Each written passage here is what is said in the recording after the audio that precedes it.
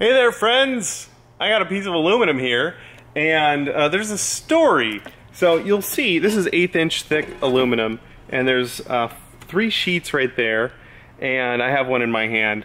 I bought this stuff 3 or 4 years ago. There was a minimum amount you had to purchase.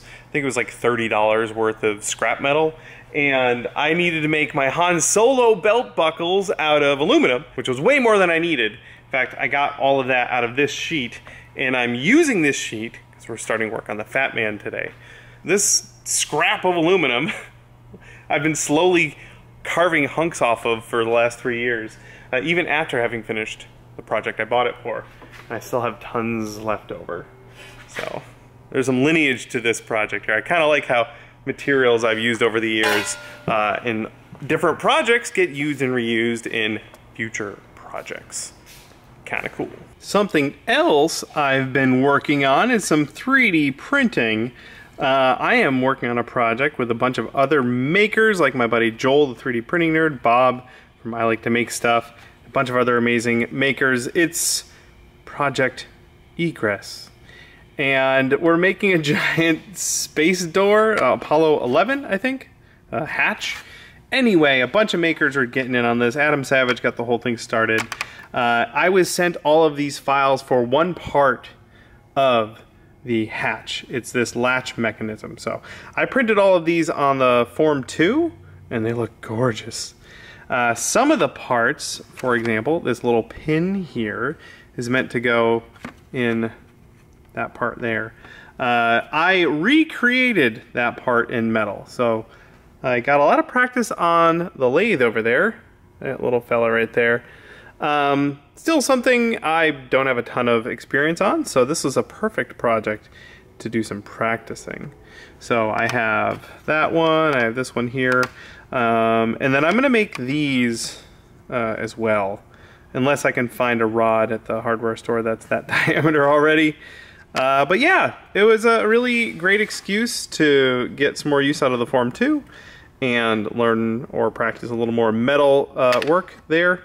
And I'm going to have to get this all finished up in the next week or two and assembled so I can send it off to complete the entire hatch. There's a whole campaign going on online, a bunch of makers sharing their progress on this stuff. So Adam tweeted a bunch about it, I tweeted a bunch about it. So check it out. It's a neat project. It's mold making time. Actually, I've already made half of these molds. These are the parts for my Project Egress hatch latch thing. So I printed these on the Form 2, and this resin is fairly brittle, and I don't want these parts to break. So I'm going to cast them in a urethane plastic that should be a lot more durable. Also, I want one of these for myself. So I'm making these molds so I can cast it in something more durable, and so I can get a copy for myself. I've already mixed up my silicone. This is Mold Max 30. I keep this stuff around for just odd jobs and normal molds like this. So I always have that on hand. I've mixed it up. I also, if you can tell, there's kind of a sheen on there. I sprayed on my mold release. I've only made that mistake once, about 8 years ago. Totally made a mold without putting mold release in there. Since then, I have never forgot. Anyway, it's time to pour the rest of this goo on these parts. Bloop, bloop, bloop, bloop, bloop, bloop, bloop, bloop, bloop. These are just two-part molds. Fairly simple two-part molds. Not too complicated here. I sculpted in the vents, and I'll cut those later. I tend to do that, or prefer to do that. It's much quicker than trying to leave a hunk of clay in there that blocks where your vent's gonna go. That is pretty full. Anyway, I'm just gonna go down the line here and pour all these molds. Fairly sure, if my math is correct, that I have more than enough silicone to cover all these parts. I say that now, but there have been plenty of times when I've tried to pour a mold and not had enough silicone mixed up. I gotta go rush and mix up a bunch more, or go get chunks of old silicone and stuff them in there to take up room. I have done that more times than I can count. But I also can't count very high. Alright. I'm not casting all the parts, just the major parts. The other ones I'm gonna make on the lathe. I definitely made a lot more silicone than I needed. That's okay. I can either use what's left in here to go grab something and make a quick mold, or I can let it settle on the bottom of the bucket and then I'll have a new like Bondo mixing mat. Now I have to let these cure overnight. Time for a little more progress on my alien head. In the last time since you've seen this, or in the time since you've last seen this, that makes more sense. I sprayed on 2 coats of matte varnish. I wanted his skin to have that like velvety look. I wanted it to be matte, not shiny. So I'm really happy with that. I considered doing a wash over this guy, but I'm actually kind of at a point where I really like how it's turning out and I don't want to goof it up. So I'm not going to do any more paint on this. I'm calling it good, except for his eyes. I'm going to use a 5-minute epoxy. I've seen this done before, never tried it myself, but I'm gonna epoxy over his eyeballs with a brush I don't care about because this thing is probably not gonna survive. So yeah, I'm gonna brush 5-minute epoxy on, give him shiny eyes. I really like having these silicone mats around whenever I pour some molds like I did earlier today, and I let those silicone mats cure in the bottom of the bucket. I can peel them out and then I have a mat to mix Bondo and 5-minute epoxy. Make sure that's nice and mixed together. Going with the Jimmy DiResta method of mixing with a skewer. Now we brush.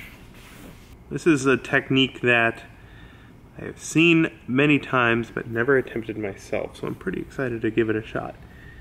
And even though this is a 5-minute epoxy, I'm probably gonna let this cure overnight because I don't want to touch it and get a fingerprint in there permanently. That would be really sad. So I'm gonna give it plenty of time to fully cure. Look how shiny that is now. That's awesome. Okay, cool. So I'm gonna brush this on both of these and let it fully cure, and I'll let you know when it's all done. Who's a shiny little guy? Who's a shiny little guy? You are.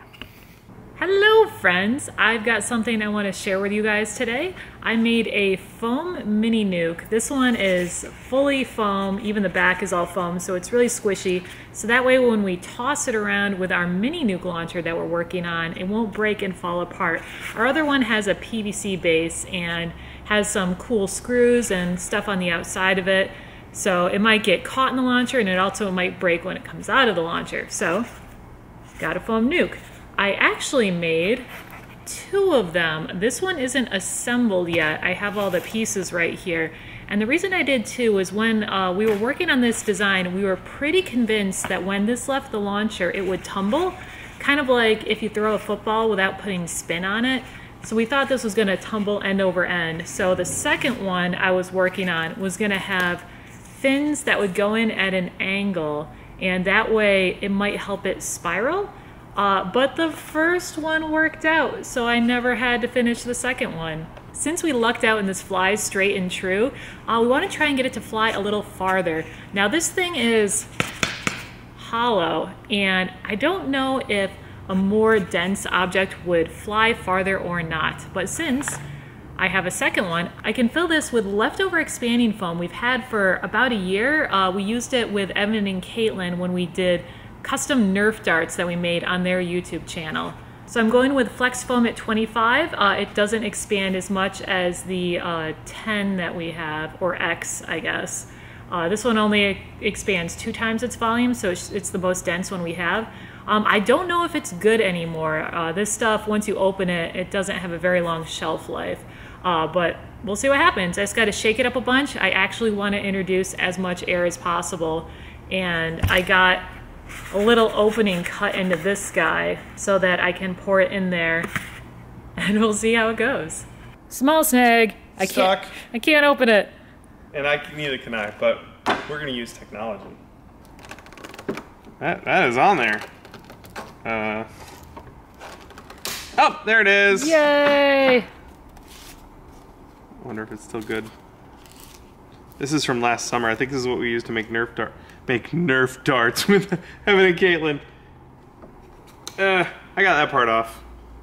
This thing needs to get clawed off too. Oh, nope, there it goes. Oh, that looks still good. That looks still good. You heard me, right? Thank you. It looks still good. Here's the part B. I made sure to shake this up a bunch before I poured it out, and this is measured by weight. So 2 parts, part B, to 1 part, part A. And I did 6 ounces for part B, so this one I'll do 3 ounces of part A. Whoop. It's a little over. It's fine. We're good. I have my cup to pour these into. They do recommend using a power drill to really whip it up, but I just have a stick and I'll just whip it up like crazy. You just have to remember to scrape the sides and scrape the bottom when you pour these together, but it does recommend to pre-whip them ahead of time separately. My egg has been slit open on the top there, and I put a cup in there with a hole cut out in the bottom. So that way I can pour this in and then pop this out, and these should close up on it. Whoops. Already making a mess. So this is flex foam at 25, so it expands twice its size in the optimal conditions. I probably won't expand quite that far since this is older, and it might be not quite the right temperature in here. It's a little cold today. Once this hits side B, I only have 30 seconds of mixing. So scrape that out as much as I can. And then just be super aggressive about the mixing. The cup's already getting warm. Just scraping down the sides, you can see it's already expanding a little bit, so it's time to dump it in. And here we go. Might as well rotate it around a little bit, get it to help start climbing up the sides. So it looks like it expanded a little bit, so this might still kind of be good. I also didn't, use a power mixer to really whip this up, so that could be part of the issue. It does seem like it's underperforming though, so the age is probably more of a factor than how much I'm whipping this. But anyway, I got the same amount going in that should fill up the rest of the egg. Looks like it's expanding a little bit in there. This whole thing is getting quite warm. Hey, look at it go! Woo! All right, this second batch did a little better, and I bet part of it was because the bottom of it was so warm that the reaction's kicking off much faster. It looks like I'm making one of those frosting pastry toppings. I'm just gonna boop this down onto a piece of silicone. Oh, it's already set up. Oh no. So it's still tacky and it won't be touchable for 2 hours, but that is pretty ridiculous. Look at that. I think I'll leave this to cure. It'll be easier to work with when it's not tacky anymore, but yeah, that completely filled up. Well, it seems like this cured just fine. It's not tacky anymore. It's squishy. I think it's denser than it's supposed to be for the flex foam at 25, but it still worked. It's just this is quite a sturdy material now. I chopped off the little sprue thing so I can close this, and then I can assemble the rest of the mini nuke probably later this week, and then we can do a launch test in Friday's video where we do an update on our Fat Man nuke launcher from Fallout 4. But I just want to show you guys the weight difference. Let's see, we'll do pounds first. So this is 0.082 pounds, and this is 0.936 pounds, so it's almost a whole pound with this guy. Let's do, what do you guys like, grams? 425, and then this one is only 37. So 37 grams to 425 or 26 grams, so much heavier. I'm really curious to see if the heavier one flies farther or not as far. We'll find out in Friday's video, so look forward to that. Couple more quick updates before we end this thing. These are the molds for my spaceship hatch parts, and I just pulled everything out and it's looking really great. So I'm getting excited about casting some pieces out of this, which I might be able to do maybe tomorrow. That'll be in next week's video. But yeah, molds look like they came out okay. My pieces are coming out. The molds came apart nice and easy, and then I just have to cut some vents here so I can pour resin in.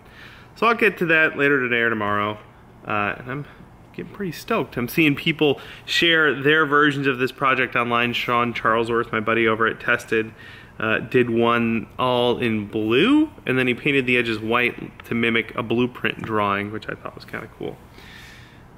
So yeah, this is going great. I gotta get these parts done and assembled and sent out here in the next few days. So I'm excited to see it finished. There's just one more thing to look at. This guy is, I'm gonna call him done. I'm gonna check over here. I did brush this yesterday, probably totally cured, but I can poke the 5-minute epoxy. It is definitely cured, so his eyeballs are nice and cured. Awesome. The only thing left is to put him on his stand. So he can come off my paint thing and he can go on his little stand. I think I need to find a way to keep him more upright. I have to tinker with that a little bit, or he can just be sort of nodding at you there. Anyway, I'm calling this done. Any more work I think would just make it worse. I'm pretty happy with how he turned out. So I'm gonna call it all good.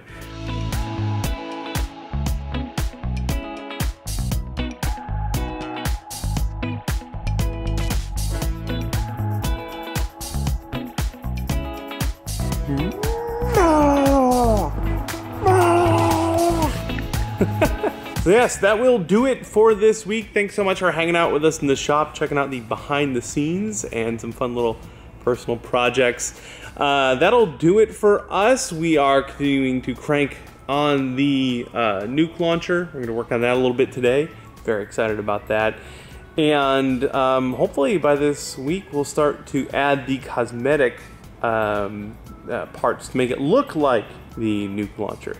So that's very exciting. And also I'm still doing lots and lots of writing in the book and planning some example projects that will be in Foamsmith 3. So that's all happening this week. Thanks as always for the support. I hope you enjoyed this look behind the scenes.